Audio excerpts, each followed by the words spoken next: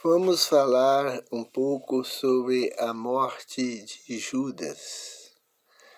Vamos ver qual é o fim daqueles que desobedecem à lei de Deus, daqueles que não têm um caráter formado segundo os padrões de Deus, daqueles que rejeitam a mensagem, os apelos de Deus. Após a traição de seu mestre, Judas Iscariote esperou para ver se o Senhor Jesus operaria um milagre e saía das mãos de seus assassinos, que era o que ele desejava.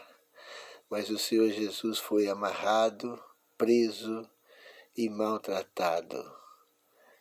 E Judas caiu em desespero. Quando ele viu que as coisas não ocorreu como ele queria, e viu que seu mestre estaria preso, ele desesperou. Porque, na verdade, Judas amava Jesus. Foi pedir perdão a Jesus, mas a porta da graça já havia fechado para ele. O Senhor Jesus já não podia fazer mais nada, porque nesse mundo há tempo para todo propósito. Há tempo, e o tempo de Judas já tinha se esgotado. Na verdade, nem um arrependimento verdadeiro o Judas tinha.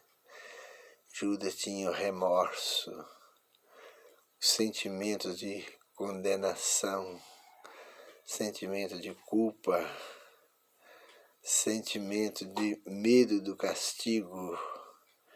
Isso é que moveu o coração de Judas a pedir perdão. Judas, cheio de remorso, devolveu as 30 moedas de prata aos principais, os sacerdotes e os anciãos, dizendo: pequei, traindo sangue inocente. Eles, porém, responderam: que nos importa? Isso é contigo. Ainda recebeu uma má resposta, uma horrível má resposta. O que eu tenho com isso? Isso é problema seu. E Judas viu que aí já não tinha mais jeito, né? Então, atirando as 30 moedas de prata para dentro do santuário, saiu e foi enforcar. E deu desespero, o arrependimento falso. Esse arrependimento é inspirado por Satanás, sentimento de culpa. Judas transgrediu o 10º mandamento da lei de Deus, e o inimigo viu que Judas tinha fraqueza nesse caráter. O que ele era, o lugar que ele era fraco foi que Satanás tentou ele. Então ele ouviu todas as advertências, todos os exemplos de Jesus, mas não foi suficiente. Ele fechou o coração.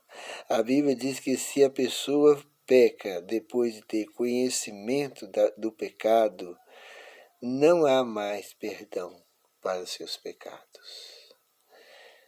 Então Judas sabia que não podia fazer isso, mas ele achou que Jesus ia operar um milagre, ia escapar e que tudo ia dar certo. Judas pecou depois de ter pleno conhecimento. Não houve nele um verdadeiro arrependimento, porque o Espírito de Deus foi retirado de Judas.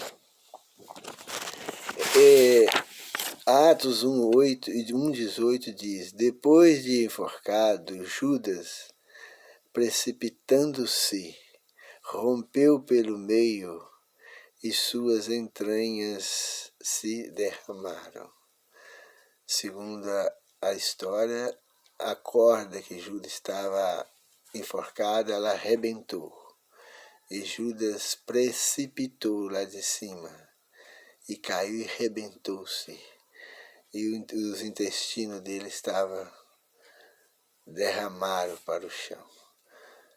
Então veja aí que o fim das pessoas que são desobediente a Deus é trágico.